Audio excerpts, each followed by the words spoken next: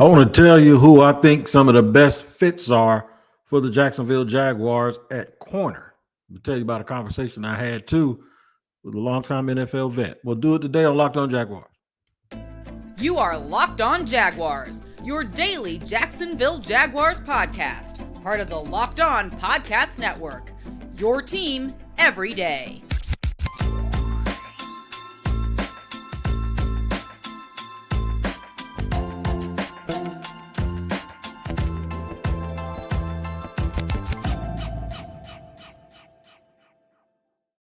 Hey, this is Tony Wiggins. Thank you for joining me here on Locked On Jaguars, where it's your team every day. We thank you for making us your first listen. A quick reminder, man, all you got to do is go to the YouTube page, Locked On Jaguars, and you'll see me there every single day, every time we drop an episode. But make sure you hit the like button, subscribe, and hit the bell so you receive notifications every time we upload an episode. And then if you listen to audio podcasts, we're all over that too. Wherever you listen to your audio podcast, make sure you tap in every single day so you don't miss an episode. Today's show is brought to you by FanDuel. That's right. Make every moment more right now. New customers get $150 in bonus bets with any winning $5 bet. That's $150 if your bet wins. Visit FanDuel.com/lockedon to get started. And shout out to the everydayers for joining us every single day. And you can be one. All you got to do is join us every single day. How about that? All right. Combine is going on right now. As I record this, defensive linemen are getting on the scale and getting their arms poked and measured and stretched out and all of this stuff. And we're all going to overanalyze that stuff tomorrow. But today, we're going to talk about defensive backs. The best fits at corner for the Jacksonville Jaguars, who are going to this press defense that they're going to run. And I know every time I say the word press, everybody thinks I'm talking about the offensive coordinator, but I'm not. I'm talking about the technique that they're going to use. Everything is downhill. Everything is earned, nothing easy. And I'm going to tell you something. When I talk to, I call him my nephew. The truth of the matter is his dad and his uncle are both really, really good friends of mine, Dominique RogersKami. I go back. I think I probably met him when he first got into the league, or he may have still been at Tennessee State. But, I see him every now and then or whatever. I reached out to him and I said, man, I want to talk to you. He was going to come on the pod, but get this. He don't own a laptop. So he's going to get a laptop. And I was like, you don't own a laptop? But then I thought about everything I knew about Dominique, and guess what? He ain't got no laptop for real. He just never had a need for one. I didn't want to do it on the phone. So at some point, Dominique's going to get a laptop and a microphone. He's going to join us on the show. But I did have a 15-minute conversation with him, and I'll tell you how he lit up through the phone when I mentioned some of the things that Ryan Nielsen has mentioned. That's what we'll talk about in segment 2, why a vet cornerback got excited about Ryan Nielsen. And then the third and final segment, pay him or say bye-bye. There's some people on the team that are free agents this year and guys that may want extensions next year, while the Jaguars won't be able to keep them all. And it should not upset you. It will, though, because there are guys that you are familiar with. But let's not bury it. Let's get back to the top of the draft. Some DBs hit the microphone today, and to no surprise, Terry and Arnold blew people away. He compared playing cornerback to getting on a roof and slipping on fiberglass and then letting it mess with your confidence. He said that, hey, if you believe you're going to fall, you're going to fall, basically. And that's how playing corner is. And that does not surprise me that he said stuff like that would have people just hanging on to every single word. Because I go back all the way to high school when a friend of mine, Michael Cornegay, we call him Corn Dog, was training him. And we're going to have him on too. He agreed weeks ago to come on the pod. We're going to talk DBs. Both of those guys are training dudes that are going to the league right now. So it's hard to catch them because they get up early in the morning. It's really hard to catch them when one of them ain't got no laptop. But I'm going to do something. I'm going to try to get them both on. I got another phone call I'm going to make too, but until I make that call, I'm not going to sit here and tell you. But it was interesting. The thing is I've been watching football for a long time. I knew exactly what Ryan Nielsen was talking about, but it's still and this is just the wig in me, and I have always been this way, okay? I know for those that heard me on radio and those that see me on Twitter and those that listen to the podcast probably think I know everything. But let me explain something to you. I always reach out and ask people either to, if they can't come on or we can't schedule it, to tell me their opinion, and I'll mention them by name. And that's why I did that, because I actually did speak to them. If I don't tell them exactly what I'm going to say, I'll just say I talked to somebody. And when it comes to coaches, I really never mention those guys or former coaches, because guys be like, man, don't put that out there. But I'm telling you. So that's the way I go, even with the execs, guys that I talk to. But if I put your name on it, it's because I told you I was going to put your name. The only reason he ain't here today is because he didn't have a laptop, right? And I didn't want to do a test run, and he's in between training guys. I wanted to make sure that it came out right. So, but when I think about Terry and Arnold, I said to somebody a long time ago, I said he's going to be a coach or a preacher. And the reason I said that is because I recognize it, because it was the same thing my high school coach said about me. He's going to either be a coach or a preacher. Turns out I'm a dude that talks a lot. I am a trained Sunday school teacher, and I am certified preaching fellow, but I ain't preaching to nobody, right? I kind of just love to spread positivity and give out information. But Terry and I was going to blow you away, man. There are some guys at a podium that are going to blow you away. I call him little Raheem Morris, because to me, that's kind of, he's just one of those dudes that when he speaks, man, he speaks in things, in terms that make you really, really understand who he is and what he is. Ennis Rakestraw was a star today too. Ennis Rakestraw has talked to the Jacksonville Jaguars, and he said the term or the phrase man to man. Like, just in case you get it twisted, that's what it is. It's man to man. It's in your face. And the reason why I like that, he was even asked about Ryan Nielsen. What do you like about Ryan Nielsen? Man to man. We're just going to lay it out there. This is what it is. It's me against him. There are guys that are yoked like that, and there are guys that aren't. And that's the two guys I just mentioned. That's exactly who and what they are. Now, they're going to be able to get them at various points of the draft, but some people would pay a whole bunch of attention to interceptions. I don't, not from the college level. There's a lot of guys that get interceptions. Like, if you look at guys in the league, right, you look at dudes that get interceptions all the time, and then some guys that may not. It don't mean that they're better players. Like, Marcus Peters it might be the biggest ball hawk in the league, but Marcus Peters is going to give up some stuff too. What about Diggs in Dallas, right? Ball hawk. You're going to give up some stuff too, right? So you love it when it works. When it doesn't work, it's feast or famine. Still very good players, and they're guys that people would absolutely take. But like, Ennis Rakestraw ain't no interception machine. But what he is he's a dude that plays sticky coverage. He tackles in space. And those are the things that Ryan Nielsen talked about that are important. You got to be able to tackle. You got to be able to stick to your guy. And you got to have a short memory, basically. And that's why I'm excited about those two players individually. I'm going to tell you in segment 2 here what Dominique, my play nephew, Dominique RogersKami, longtime vet, told me today.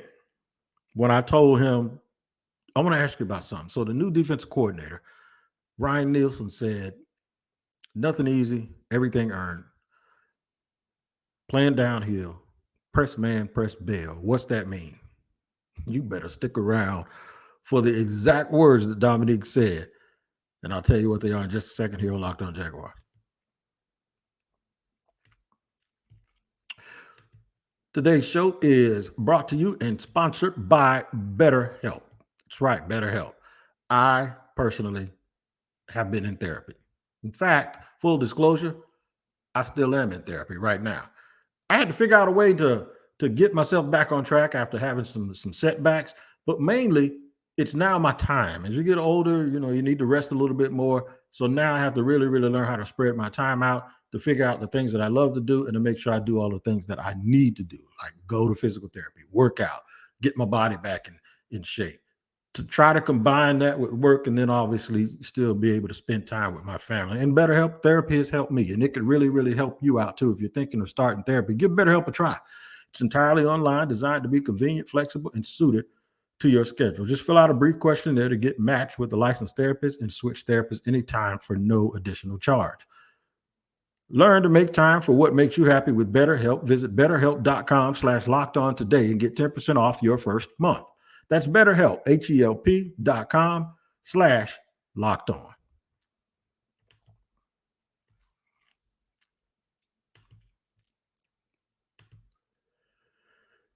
Thank you for joining me here for segment 2, Locked On Jaguars, your team every day. And we always thank you for making us your first listen. And I got to tell you, when I left, I told you that I talked to Dominique RogersKami, longtime NFL corner today. And when I told him what Ryan Nielsen said, nothing cheap, everything earned. We got to be able to tackle. We're going to be aggressive. Press bail, press man. This is exactly what he said. Oh, so he trying to do that.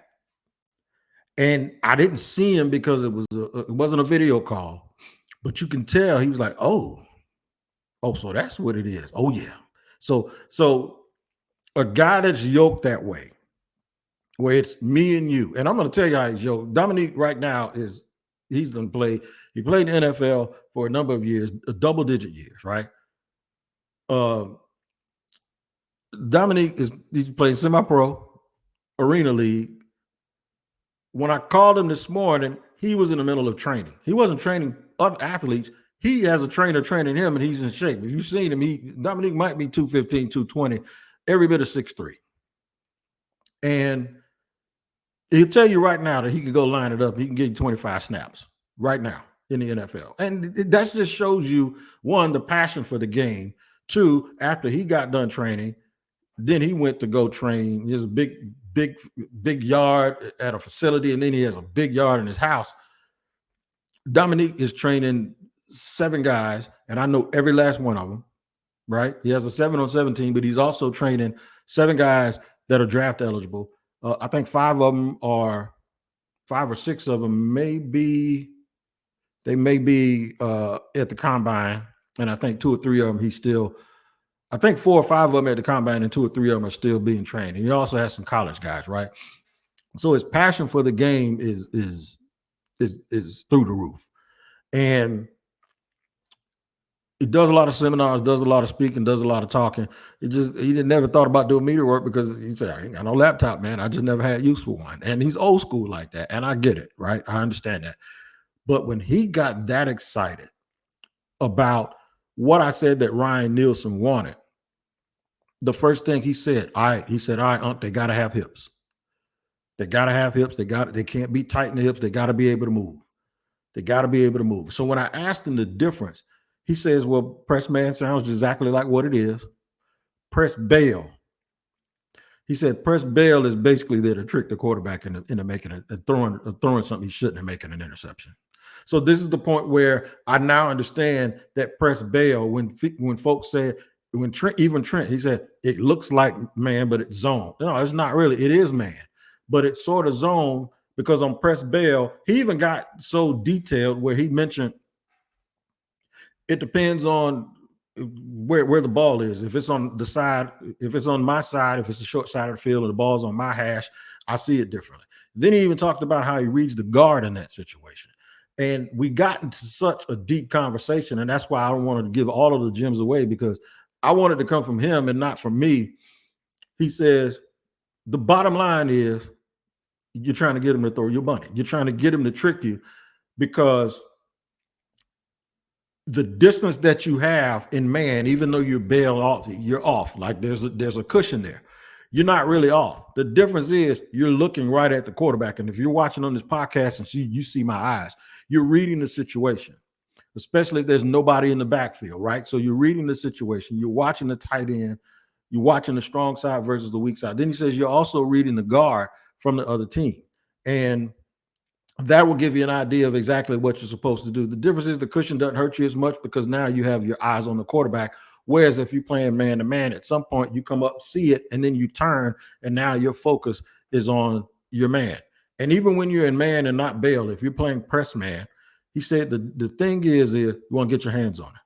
You want to get your hands on him. And the reason why the hips were so important is that even when you get your hands on him and he's trying to release on you, you want to redirect him. But then that first step, you can't open your hips too much, but you have to have loose enough hips where you can make that first step and try to redirect him, and don't let him get outside of you and past you and beyond it so he stacks you.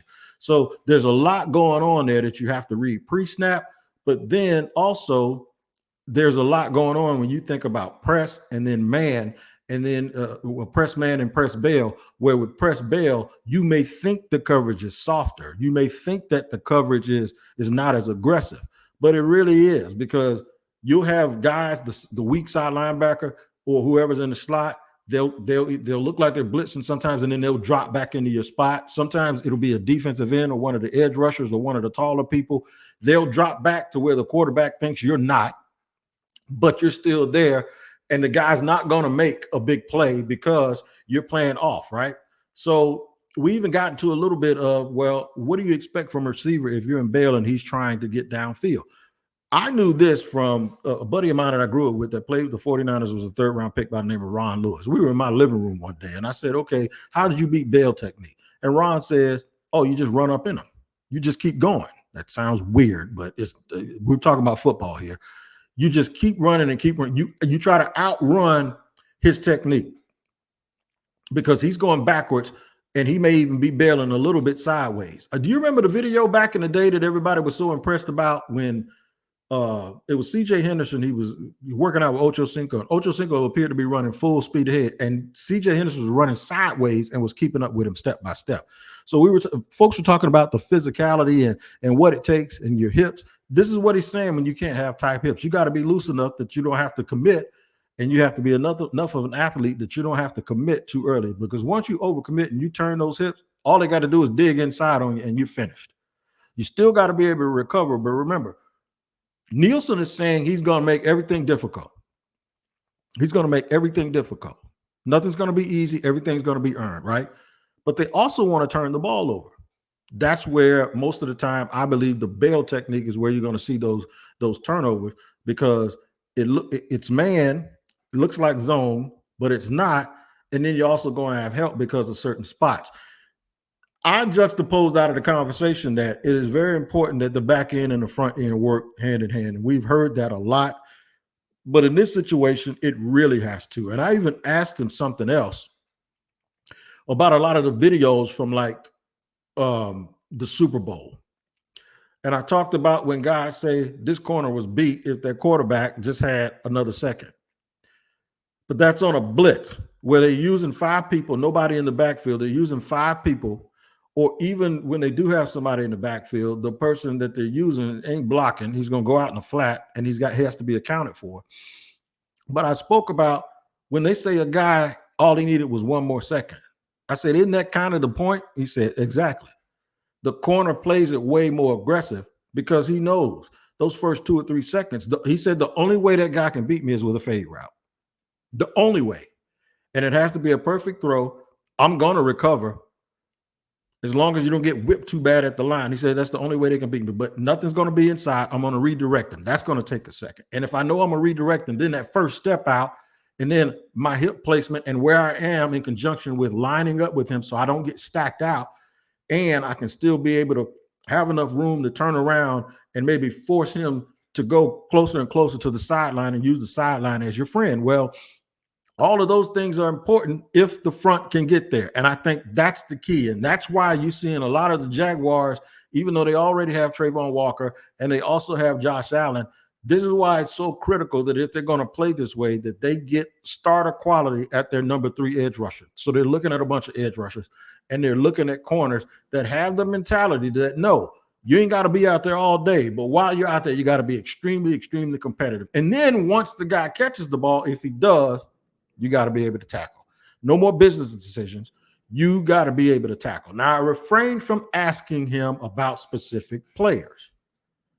Okay, I'm gonna lie. I did not refrain from asking him, but it is draft season. He is helping train cats. So I'm not going to tell you exactly what he told me about those guys and what he thinks, because he has to take. He told me, let me look a little harder. Look a lot. I told him some games that certain people have played and told him to go watch those games. He said, I'm gonna check them out. I'm gonna check them out.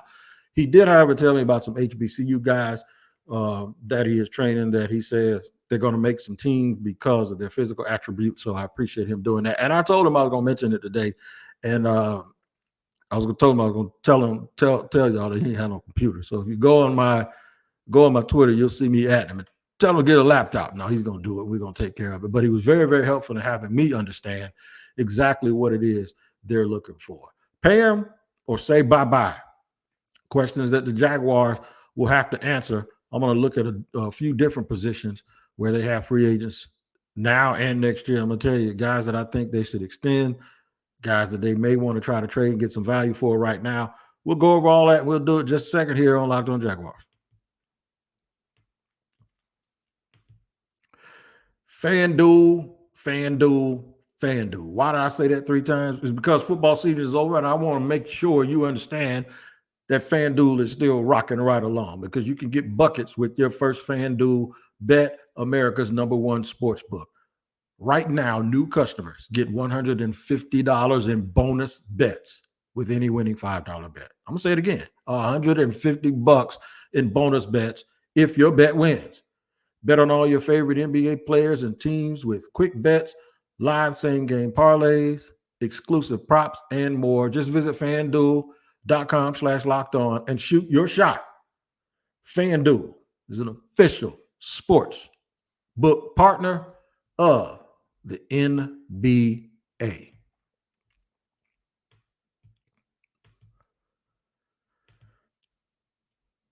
Thank you again, and welcome to segment number 3 here on Locked On Jaguars, where it's your team every day. We thank you for making us your first listen. Your second listen should be Locked On Sports Today, because Locked On has launched the first ever national sports 24/7 streaming channel on YouTube. Now it's also available on Amazon Fire TV and the free Fire TV channels app.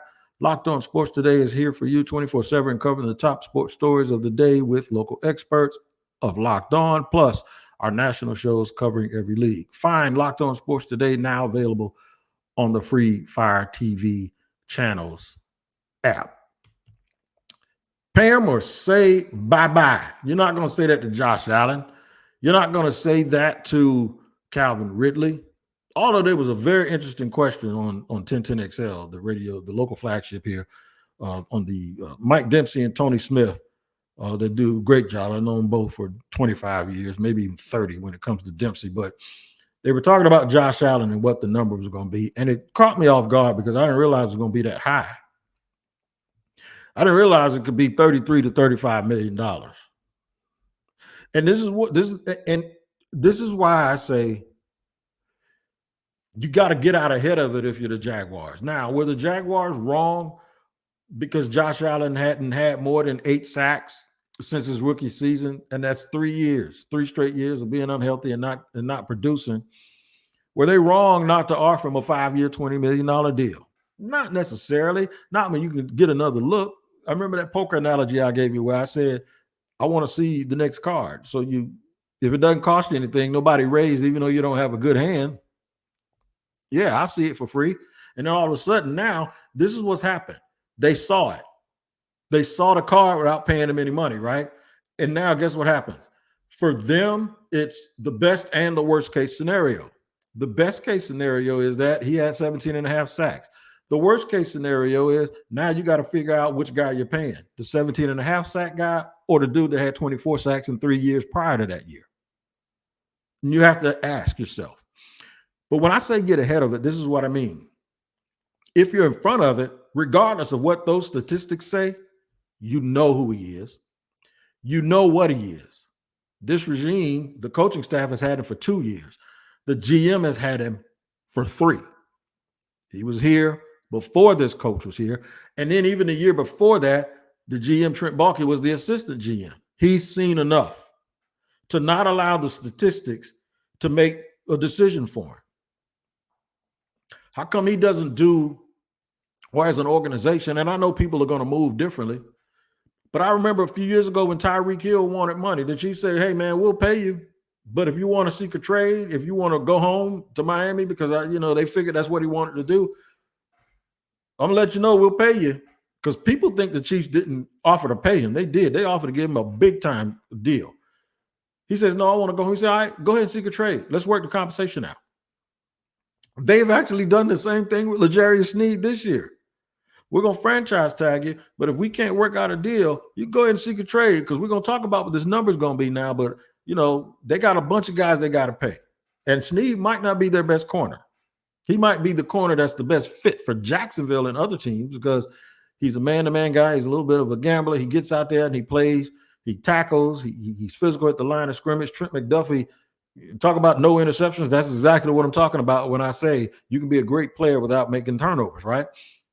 So the thing is you have to ask yourself, is it $33 million a year if he's next? It doesn't matter that. And I don't know if you consider him next because the guys that's under contract, the Nick Bosa's, the TJ Watts, the Myles Garrett's, they're not the only ones on the market. You know who's on the market? Danielle Hunter's on the market. And while Danielle Hunter is a little bit older, Danielle Hunter is way, way more productive year over year than Josh is. So I think the guy that may reset the market is Danielle Hunter.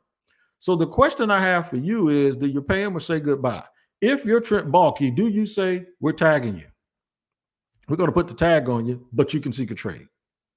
See what his value is. See if somebody is willing to negotiate a pick, and the pick has to be a top 40 pick. The Jaguars aren't going to take a second-round pick that ain't a real good second-round pick, right? But really, they want a first. So you check with those teams that's at the back of the draft that may have salary cap space, or you check the teams that are at the top of the second round and maybe the first 4 or 5 picks, but that's going to give you some other compensation, and this is a good year to do that. The only reason in the way you do that is you just say, if I got to give a guy $33 million, if I got to give a guy $70 million over the next 3 years, it's not going to be Josh Allen, it's going to be Danielle Hunter. And you got to know you're going to be able to make that happen. You have to. Now, I don't know if the Jaguars have players that are on their team that have the same agent that Danielle Hunter, and I ain't trying to say that nobody needs to be doing any tampering, but all I'm going to tell you is just use common sense to figure out what I'm trying to tell you. You have, because Danielle Hunter has been attached to Jacksonville for a long time, and he can't get franchise tags. So the question is this a situation where they're saying, all right, we'll take you for $24-25 million a year. But if you're trying to reset the market, we ain't doing it. I'm going to tell you right now, depending on how the deal is structured, I'm not mad if you don't make him the highest paid player, but this is where you get yourself into when you don't get compensation for him before this. This is where you don't re-sign him before. This is why you have to make a decision that is not based on stats. It is based on who you think that guy is. I have repeatedly told you that I have heard that Trent Baalke, and I didn't hear it from another member of the media, that Baalke believes he's a number 2. I heard this from scouting circles, okay? And there's nobody that's currently a scout on that team that told me this, by the way, that he's a second edge rusher. This is why all of these other guys, and I just told you, the top 3 guys got to be like starters because they're probably going to be on the field a whole bunch with this new system that the Jaguars are running. So if you get him under the fold, you got him. But they know where they're going to sign him and Danielle Hunter. That's why they're looking in the draft. You can't give 2 guys $100 million. Ask Washington. They got 2 defensive tackles up there making $90 million. That's why they let everybody go, because they knew they couldn't keep everybody. You can't allocate that much money to one position. It just destroys your depth. This ain't basketball, okay? This is football where you need all of these people. So the thing is what do? Do you extend Tyson Campbell early knowing that he's better? He can play man-to-man. He ain't going to get a whole bunch of interceptions, but he's better when he sees ball. He's a C-ball football player. Can you pay him? The only way you get by with paying him money and then working him through with your new coaches, the only way you're going to get by is you extend him early, and you're going to get a little bit of a discount over what he would make on the open market next year. Because trust me, there's some people out there that would pay Tyson Campbell. We ought to know that by now. Ezra Cleveland, it depends on what the asking price is. I ain't see enough from Ezra Cleveland. And I heard Trent Baalke say that's why we traded for him. If you handicap yourself with trying to justify a trade. That's not good business. And I'm not saying that Ezra Cleveland isn't a good player, because I think he is. I like the way he looks. He looks real athletic, right? But all I'm telling you is, what is his asking price? You're going to pay $7-8 million for a left guard that's not really proven to be that great. This goes back to what you think he is. This draft is loaded, as Trent Baalke himself said it, loaded with interior players on the offensive and defensive line. That's where the business decision. Do you pay him? I pay Andre Cisco early because of the talent and how hard it is to find guys that play that way. It's real hard to find single high guys that can play the way he plays. He tackles, he does everything, he covers well, he runs well. I think he's going to be one of the biggest beneficiaries of this new staff. So I would pay him. I think you can wait on Travis Etienne, but I would pick up the 5th-year option. Of course, your plan is to pay Trevor. You just don't have to do it yet. If I'm Trevor, I wait, because I want to have a good season, and then I want to reset the market. The money ain't he'll get the signing bonus now, but the actual money won't start until his first contract ends anyway. All right, man, I'll give you some more news from the combine. We're going to talk measurements tomorrow. We're going to talk about the arm length, hand length, and all of that stuff, and whether or not these things fit Trent Baalke. Until then, you guys take care. We'll see you tomorrow.